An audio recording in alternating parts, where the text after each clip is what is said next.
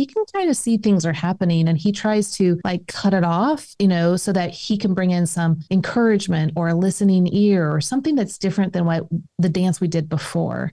And so that's how this can be so powerful, is how can we get to know each other on a much deeper level? But a lot of it just has to ask good questions like, okay, Beth, the next time we go through that, what would have been a better way to have loved you? Hey friends, and welcome to this episode of the Art of Espousing podcast. Thank you for taking time to join us for the show. If you're new to the podcast, we want to make sure that you know the reason for the show is to encourage and provide hope for your marriage by consistently offering tools that when practiced, you can take your marriage from the mundane to a masterpiece level. Yeah, we hope you've had a great week. Ours was really great. We had our oldest daughter in town for the week, and we had a really nice time with her. Yeah. It's fun to do a mini life plan with her, and it was very rewarding for us, and we believe it was for her as well. And it's a great way to have conversation with your kids that you're not asking intrusive questions. That's we true. did such a great job. Having adult kids is a challenge in itself, right? Yep, a lot of fun. Yeah, so this week we're continuing our conversation with Beth and Jeff McCord. They are the founders of Your Enneagram Coach and authors of 2 great books, Becoming Us, Using the Enneagram to Create a Thriving Gospel-Centered Marriage, and More Than Your Number, a Christ-Centered Enneagram Approach to Becoming Aware of Your Internal World. If you have not listened to last week's episode, we hope that you'll go back and do that, because we talked about some learnings around the history of the Enneagram, and we also unpacked what Jeff and Beth call the marriage dance. Yeah, it's pretty interesting. Today, we're going to be continuing the conversation. I have to say, they go all marriage coach on you and I, James. It gets pretty vulnerable, and they completely read our mail. Yeah. So you'll probably learn a lot about our marriage dynamic. They also unpack a powerful tool they call the EIP from their new book. Before we get to that conversation with Jeff and Beth, we want to make sure that you know about the Marriage Reboot Retreat. This is a private, intensive experience for you and your spouse, working exclusively with James and myself for 2 consecutive full days. Take a listen to what Scott and Donna had to say about their reboot experience. I would say we had a good marriage, but we had some areas that we needed to improve on, specifically communication, and we had some areas with our parenting skills. One of the takeaways that we had that was so good was it gave us the next step. It equipped us to move forward in our faith walk and in our marriage. It unstuck us to move to the next point. It really helped us in our communication skills. We didn't realize that we had faulty perceptions and faulty belief systems. So once we kind of gained awareness of that and we were given the tools, it's really just impacted our marriage in such a great way. Our communication has greatly improved, not only between Donna and I, but also with our family and our friends. We are so thankful for the tools that we gained to grow deeper in our communication, and our intimacy is better, and we've created sustainable habits from the guidance and the reboot that has affected our marriage. I would highly recommend the Marriage Reboot because it's given us hope, it's given us direction, and it's given us purpose. So if you're interested in finding out more about the Marriage Reboot Retreat, we would love to talk to you about it. You can schedule a call with us using the link in the show notes or online at artespousing.com/marriage coaching. You can also direct message us on Instagram with the word call, CALL, and we'll send you a link to schedule that video call. Okay, let's continue our conversation with Jeff and Beth McCord. Remind me again of your Enneagram types. I'm a 2. And I'm an 8. 2 and an 8. Okay. Yeah. Awesome. Well, I've noticed this as a little bit of a trend. I'm being sarcastic here, but a lot of 8s will marry 2s, I think, because they think that they can become better 8s, because that's the path where 8s go to be more mature. Yeah. Now, the bummer thing, Lisa, is that like James represents where you might go in unhealth. So I'm not sure how that works out. It's pretty shocking. It's pretty ugly. Yeah. Yeah. What does that look like for you whenever you heard about the dance for the first time? Like what would be an ordinary, just kind of the argument you always get into, and you've been doing it since the beginning? Well, I don't know. You probably have to put some context. I can prompt you on something. Okay, prompt us. This would be great. Mm-hmm. Okay, so let's say you're serving the kids at home. You're doing a great job. You're hoping that he sees the love and the attention you're giving to the family. As an 8, he's just plowing away. He's just going for life. He doesn't have the time to be looking at all the things that are happening and appreciating the whole world. And not because he doesn't, but we got things to do. Come on. And so that can land on your heart as maybe rejection or being unappreciated, dismissed, unneeded, or unwanted. And so we'll start there. So does that even sound familiar? It totally sounds familiar. And if we transplant out of parenting into work, because we work together, this happens because he is getting things done. He can see and synthesize things, but I'm seeing the people and I'm trying to care for the people within the ministry. If he's responding and acting a certain way, then he doesn't necessarily appreciate my input, which he does. He just doesn't know how to express that, or he's trying to move through. So that is our biggest tension. It is of all time. Yeah. Yeah. I mean, that's so funny, Beth. Like I didn't know. You just pressed right into it. Yeah. We will say often our biggest we feel like we've had great married life of these 30 years, but our two biggest tensions is that we have more. I wouldn't say we don't fight, but it's like we'll separate and have to go. We got to think about this. Is ministry and parenting. Yeah. And it's in and around what you just said. The funny thing is that the nines have the superpower of like laying it out there, in all its glory. And everyone's like, that's so true. It's just like this kind of like that's their marriage. They've been having it since they're 20 years. Now, I would like to hear the reverse then for him. Yeah. So the reverse would be something like, we'll use work as an example. And I don't even know if this is like a true thing that's happened for you guys. So you'll have to reveal if it's true or not. But for an 8, a really big thing is to not be overly vulnerable. That doesn't mean not transparent, but vulnerable can be a really scary thing, because what is someone going to do with this information? How are they going to maybe harm me, manipulate me, control me, challenge me in the wrong way, and betray me? So those are some really big hot buttons for the 8. 2s are really great connectors. They're highly relational with people, and they can talk about all the things. And that can be great, but it also can be too revealing, too vulnerable. And so there might be times where the 2 overexposes or overshares, that if 8 might feel, wait a second, hold on. I don't know I don't know if I fully trust that person that you're talking with. And you just shared some information that I don't feel comfortable with. And that can put up the guards for the 8 and can kind of come in, maybe not hot and heavy, but just definitely direct, like, please don't do that again. Well, that can land on the 2 as feeling rejected in the way that the 2 is trying to be helpful and serving and caring, and as if you're not appreciating. And so that could be a potential dynamic. Don't know if that's been true for you, but does that sound? I think there's some truth there. I think Lisa definitely tends to want to, especially in relational dynamics, if there's tension in the office place or whatever, she wants to go have the conversation, especially if it's like in something that involves both our worlds. And she'll like, hey, let's go have this conversation. Let's dive into it. And I'm like, I don't really care to. And she'll sometimes... You guys need a video podcast, because Lisa's over there like, yes. Just nodding. I think I actually pointed at him. I think I pointed at him. That's what I did. Yeah. But she'll plow into it sometimes. And, it doesn't become tense with us, but it's probably not the most comfortable thing for me. Like I would rather kind of keep my cards, in place. And, And has there been times, James, where you've been very blunt and straightforward and direct with people at the church, and she's come around and been like, let me fix this? My life. Five minutes ago, maybe? I don't know. My life. In some ways, that kind of is needed. Sorry, 8s. Yeah. I call them big diesel snowplows. So when they're healthy, they see the people in front of them and say, hey, get behind me. I'm going to plow this path for all of us. It's amazing.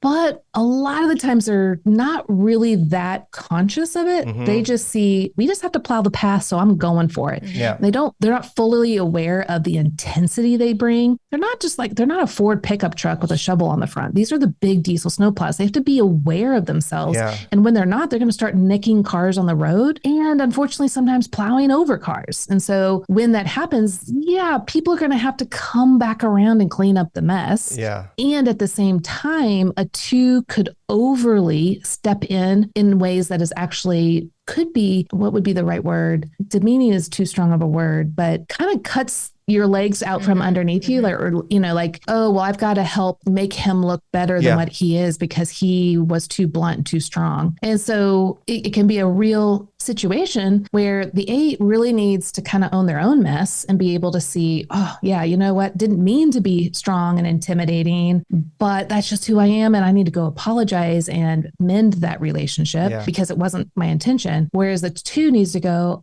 I need to reveal this to my spouse in a way that is honoring and respectful, but also really just saying it like it is. Like, hey, I think you hurt Joe's feelings and it kind of came on, you know, a little too strong. Would you mind maybe repairing that, or at least investigating and see if that's true? And that's the 2 coming alongside, helping and supporting with their superpower, but not intruding or inserting themselves and crossing boundaries. You've totally read our mail. Yeah. It's interesting. Lisa has a cue for me that she'll grab my elbow when we're together, just to say, hey, tone it down. It is interesting, you know, although I am an 8, I feel like now I'm a little bit softer of an 8. So around 2012, I had a pretty large blow up in my leadership that was unknowingly all around my 8-ness. I didn't know Enneagram at the time. It's funny you say it that way because one of the what the nicknames for 8s is your 8-ness. Yeah. Instead of your highness. Your 8-ness. Yeah.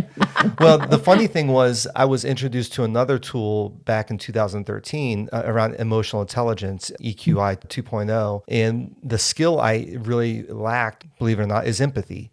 And so for about 5 years, I was intentional about building the skill of empathy in my leadership and family. And so then when we were introduced to the Enneagram and I came out as an 8, I felt like I had already done a lot of pre-work on that piece of me. So hopefully I don't blow myself up as much as I used to, you know. And what's amazing is 8s literally do not understand why people think they're intimidating. They just think they're like everybody else. I am. And we're all like, you're a big diesel snowplow. I'm a little Fiat on the side of the road. How are we the same? You know, when an 8 enters the room, like you feel it. Now they don't realize it, and so they have to learn too. Is that 2s feel the room? Yeah, so she does. Lisa knows when you're in the room. Yeah, so she's observing everyone else, observing you and your intensity. Yeah, it is. And in ministry life, this is just a really interesting dynamic for us. But I have, like, to what you said, Beth, that I have backed off and just let him blow something up. That hand gripping that I'll do on his elbow sometime. One time he just pulled his arm away. He was like, no, it ain't. I'm going to do it. I'm plowing. Get out of my way, sister. And I did. I just let him go. I'm like, you know what? And I walked away from the group and he was 100% right about what he was talking about, but he was 100% wrong in how he executed. Yeah. And then the next day, this is a mature 8. He called and individually talked to those people and just said, hey, how I went about that was not the right way. So seriously, this is a great example of how this is such an amazing tool. I'm just relating, connecting. When I see he's restraining, I have such admiration for him. When he's being empathetic with people, absolutely. I'm like, look at him working so hard. You know, it has to be so different. And so it's just, it brings out love in your heart toward your spouse to know that they're actually working on certain things. Yes. Too. Okay, so I have a question for you on this because this is a recent discovery for us. One of the places that, and maybe this plays into this dance thing, that sometimes we find tension is when I try to help her.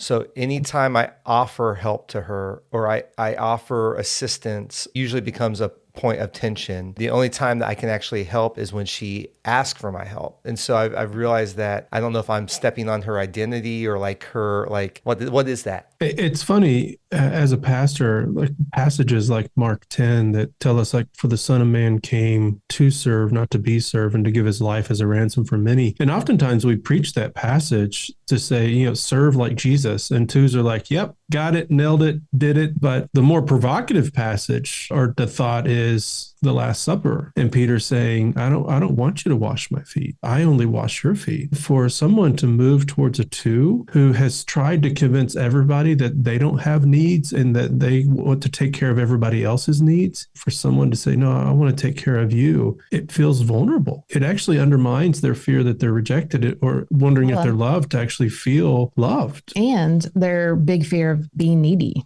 being seen as needy. Like they don't want people to think that they're needy. They're there to serve others. And so it could be opening a lot of that stuff. And so it's always good to just like be curious. So I'd love to like, is that true? Is that, do you feel overly needy? Like someone is seeing your need? And plus the two has the pride, and the pride is, I know how to fix things. What are you saying? I don't know how to fix this. Do you not think I can do this for myself? And you might be seeing that she clearly has a need, and she probably does. And you are trying to lovingly come alongside and support her, but it could land on her as she doesn't know what she's doing. Yeah, I think that's how it usually lands. I think that's how it lands. And then the vulnerability part. I think there's and that piece of just vulnerability, but it usually is in and around that. So intriguing. Okay. So thank you for helping us. This was great.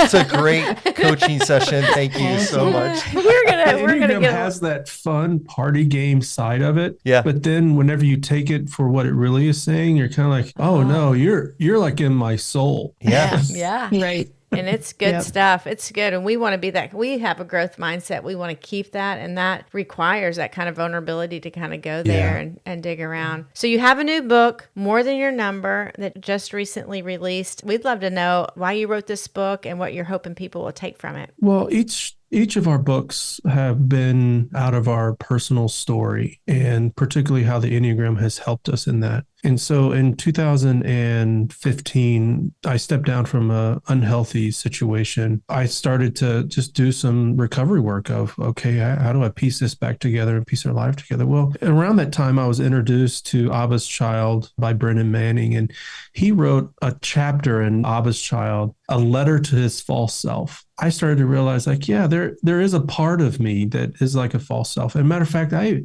even have a part of me that's the inner critic, and I call him Buddy, because it always starts with, but what about this? But what about this? But what about this? It's how the 6 is evaluating things all around us. And so I just started to recognize that there are actually various parts of my heart that are at play, that I can feel 2 things at one time. How is it that as a type 6, I can feel courageous and want to move into a situation and scared to death all at the same time? Or I can be very provocative and challenge people.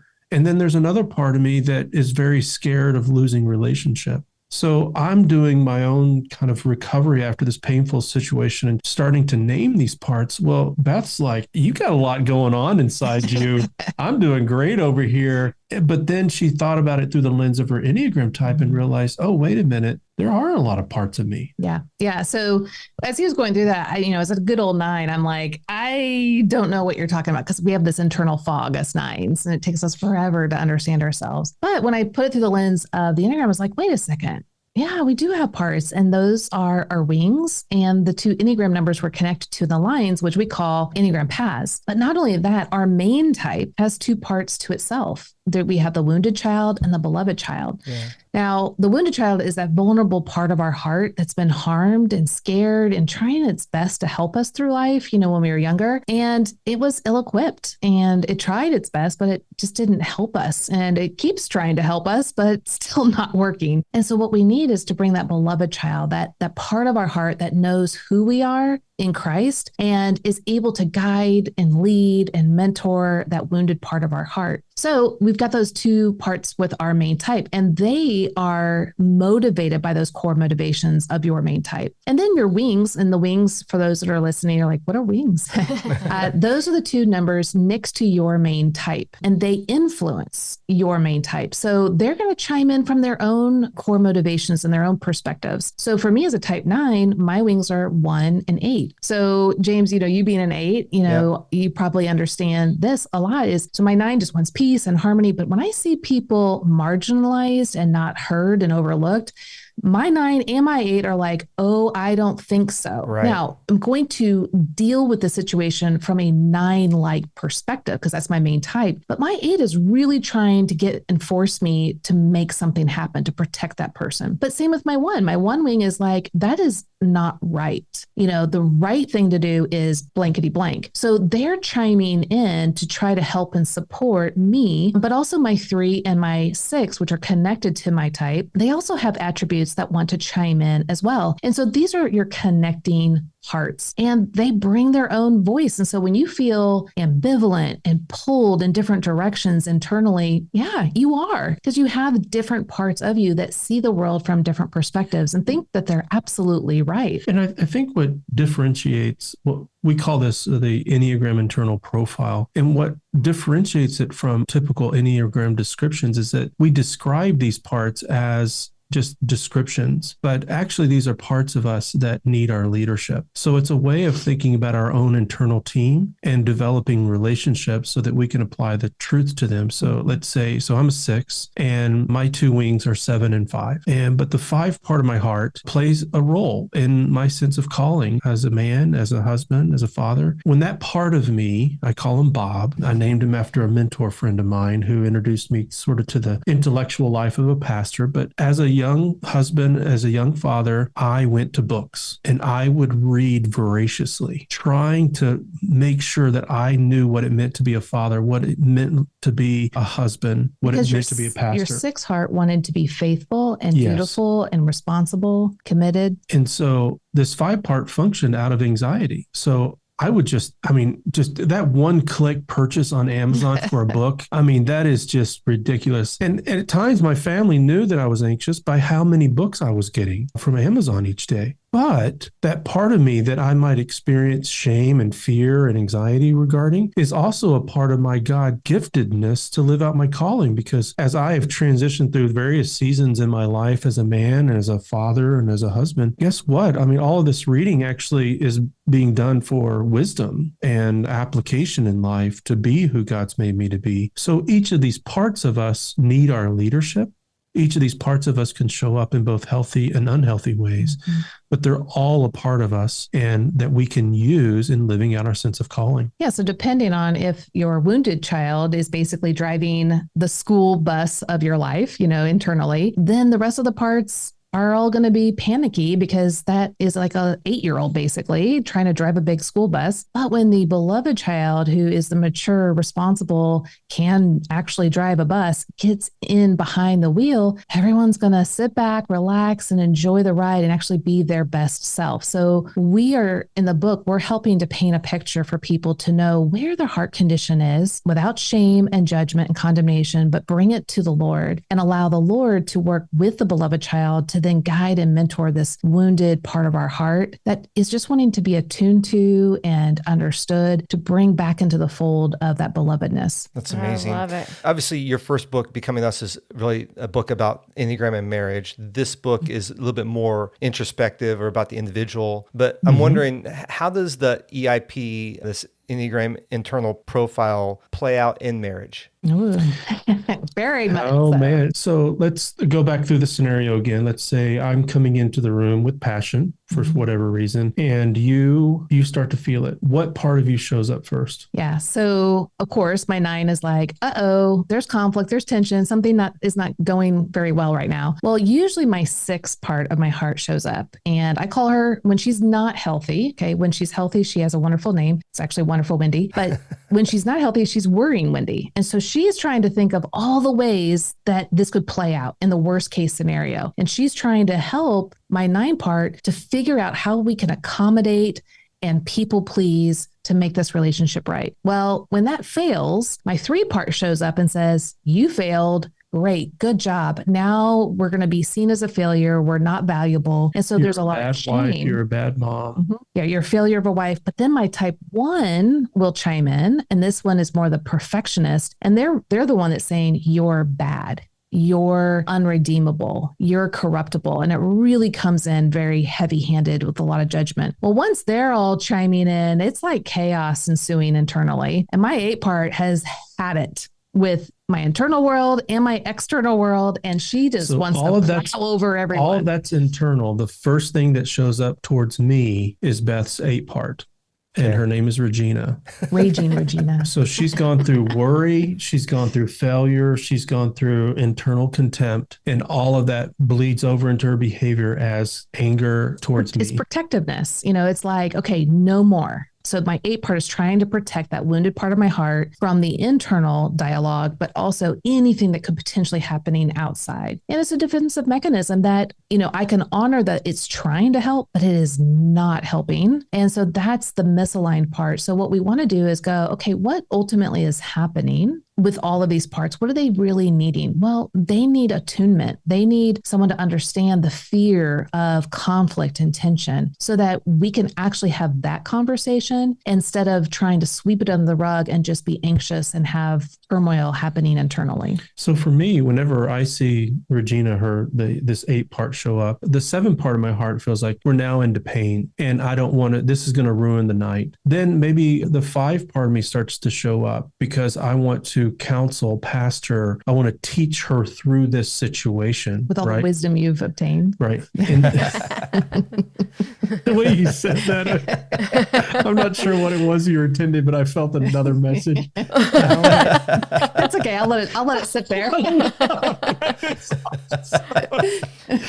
But then there's another part of me that you experience this where I will just shut down, where the 9 part of me comes online and it just stops. And so then I end up in a place where I feel very alone. But remember, although Beth showed up pretty aggressive towards me, she's also feeling loneliness because she's thinking she's a failure. But if we understand that we have relationships to these parts, like, we hear from couples, like there's almost like vacation dad and work dad. Like even our kids have nicknames for these parts of us that show up. So when Beth would have us clean the house on Saturdays, it's cleaning day mom is showing up and going to make sure everybody helps contribute to keep the house clean. We have relationships with them, but we have our own reactivity to what's showing up. But these are actually opportunities. And the Enneagram helps to map what's actually happening and unique ways in order to be reminded of the gospel again. And the biggest thing is to be curious. Yeah. We don't have to get it all right. We're not going to get it all right, but we can sure be curious. Like, hey, I see this is happening. Is there something that I could know or do, come alongside you? So being curious versus pointing the finger and blaming, that's never going to really work. And so these are just really good ways to ask good questions, to be curious, to learn about your spouse, to walk the path together with kindness. I'm just curious, James, what parts of you show up at work and what parts of you of being an 8 show up at home? I have a great example of this. And then while you're getting maybe some different thoughts around it, but one of his assistants years ago came to me and said, "How is James with the kids at home?" Because I know exactly where they're going with that. Yeah, because they were seeing something, whatever he's about to say is at work and home life, but they experienced what they experienced with him at work. They were concerned about our children at home. Yes.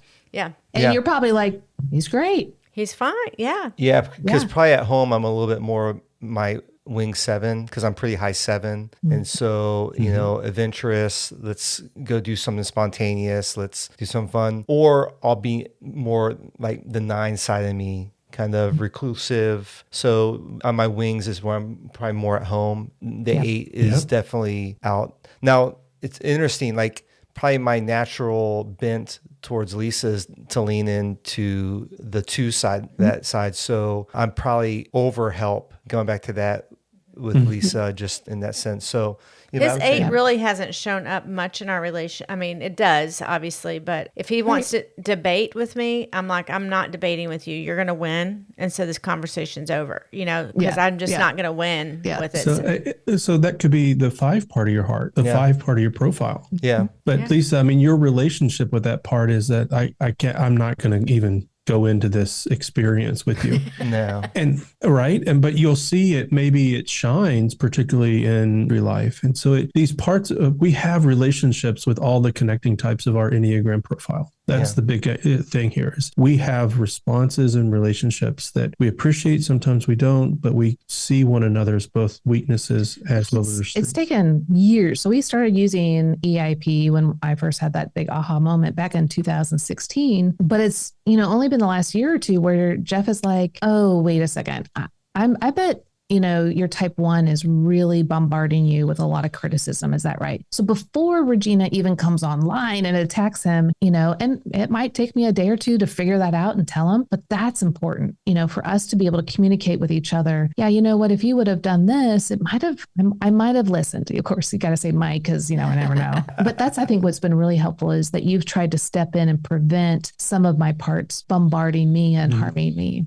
I love it. That's you awesome. can definitely see how this would be helpful in marriage. We talk about Enneagram enough, but there could be people listening who are like, I do not know a number. Where can I find that out? What would you recommend? Yeah. So, our website, yourenneagramcoach.com, you go in the upper right-hand corner, there's a yellow button that says take the free test, and you can start there. Depending on how well you know yourself is going to be kind of determining how well that test comes out, because it's asking you to really reveal yourself. And so look at all the types and basically focus on the core motivations. Again, why you do what you do. So look at all the types, look at the core motivations. And if you need more help, we have coaches at myenneagramcoach.com, and you can find a great certified coach that will take you through a typing session and walk you along your own path and journey of growing and learning. Awesome. And at that same website, you have a course on this new book, right? That's right. So we help. At the back of the book is a great whole section mapping out each Enneagram profile and giving you prompts for understanding how the various connecting types show up in each main type's life. If you want to take the next step where we actually coach you through that process, you can go to Your Enneagram Profile. It's a little bit different of an address, yourenneagramprofile.com. There are a number of different bonuses and downloads, but also there you can purchase a course specific to each Enneagram type, and we'll coach you through 5 sessions on how the profile shows up for you. Well, this was not what we expected, but this was Great. so much fun. So much more. So much fun. I feel like I've been counseled, and I feel like I know Anytime myself we can better. just pry you open without asking, you just let us know. How you relate to an 8.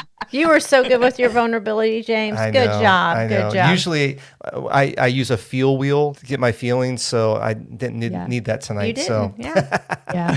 I just kind of go in and I just, open people up. That's so fun. No, we really appreciate you guys. Thank you for having us on. It's great being with you again, and blessings to all the incredible work that you guys are doing on the behalf of others. Well, now, wasn't that fun and enlightening for us? We hope it was helpful for you and your spouse, and you can see how the Enneagram can be such a powerful tool for understanding and communication in your marriage. And I think we helped ourselves today by this episode. So. It was helpful. Yeah, the Enneagram's probably been the most powerful tool in our marriage to help us understand one another better. Thanks again, Jeff and Beth, for investing in the Art of Spousing community. And thank you for listening today. If you have questions or comments about what you heard today, we would love to connect. You can email us at hello@artofspousing.com. You can also message us on Instagram @artofspousing.